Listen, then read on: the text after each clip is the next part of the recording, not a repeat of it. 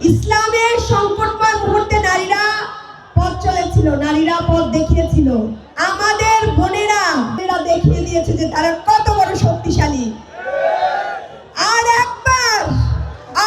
একবার যদি কোনো বোনের গায়ে হাত তুলতে আসেন, কোনো ভাইয়ের গায়ে হাত তুলতে আসেন, তাহলে সেই হাতকে কিভাবে প্রতিহত করতে হয় সেটা আমার বোনরা দেখিয়ে দেবে ইনশাআল্লাহ, আমার ভাইরা দেখিয়ে দেবে ইনশাআল্লাহ। কোন চান্দাবাজকে আর ক্ষমতায় আসতে দেওয়া যাবে না। রাস্তার অলিতে গলিতে যারা গুন্ডামি মাস্তানি করে তাদেরকে আর ক্ষমতায় আসতে দেওয়া যাবে না।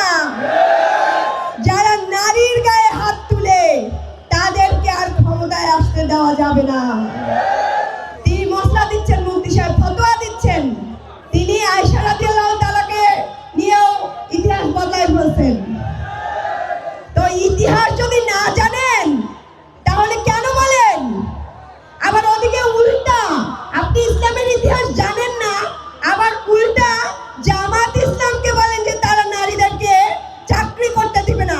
এরকম মিথ্যাচার আপনারা করেন। আজকে সেই মিথ্যাচারের প্রতিবাদে চাকরিজীবী নারী দাঁড়িয়ে গেছে ভাইদের পাশে। আমাদের এনসিপির মাত্র 30টা আসন।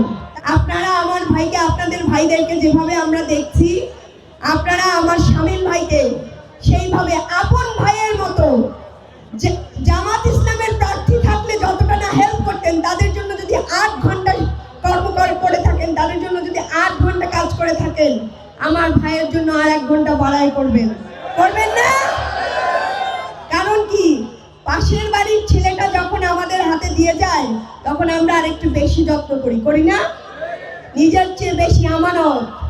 আমিরা জামাত আপনাদের কাছে আমানত দিয়ে গেছেন আমার শামীম ভাইকে। ভোট কাটার যদি কেউ চিন্তা করে, কি দিয়ে শাসন করেন বাচ্চাদেরকে? বেলুন দিয়ে না, ভোট কেন্দ্রে ব্যালট নিয়ে চলে যাবেন। সন্ত্রাসী চাঁদাবাজকে আমাদের মায়েরা ব্যালন, খুন্তি, ডাল ভর্তি দিয়ে শিক্ষা দিয়ে দেবে ইনশাআল্লাহ। বোনেরা, সিলন টি রপ্তানিতে শীর্ষে। আমাদের ভাইদের গায়ে হাত তোলা হচ্ছে। জুলাইয়ে আমরা নারীরা সম্মুখ সারিতে ছিলাম, সামনের সারিতে মেয়েরা ছিল, তারপরে সারিতে এই যে জুলাইয়ের নেতা আছেন আসিফ মাহমুদ, তারপরে সারিতে ছেলেরা ছিল। আপনারা সামনের সারিতে আজীবন রাজনীতি করবেন এবং সামনের সারিতে এইসব সন্ত্রাসী চাঁদাবাজদের সামনের সারিতে দাঁড়িয়ে শিক্ষা দিবেন ইনশাআল্লাহ। নিজের সন্তান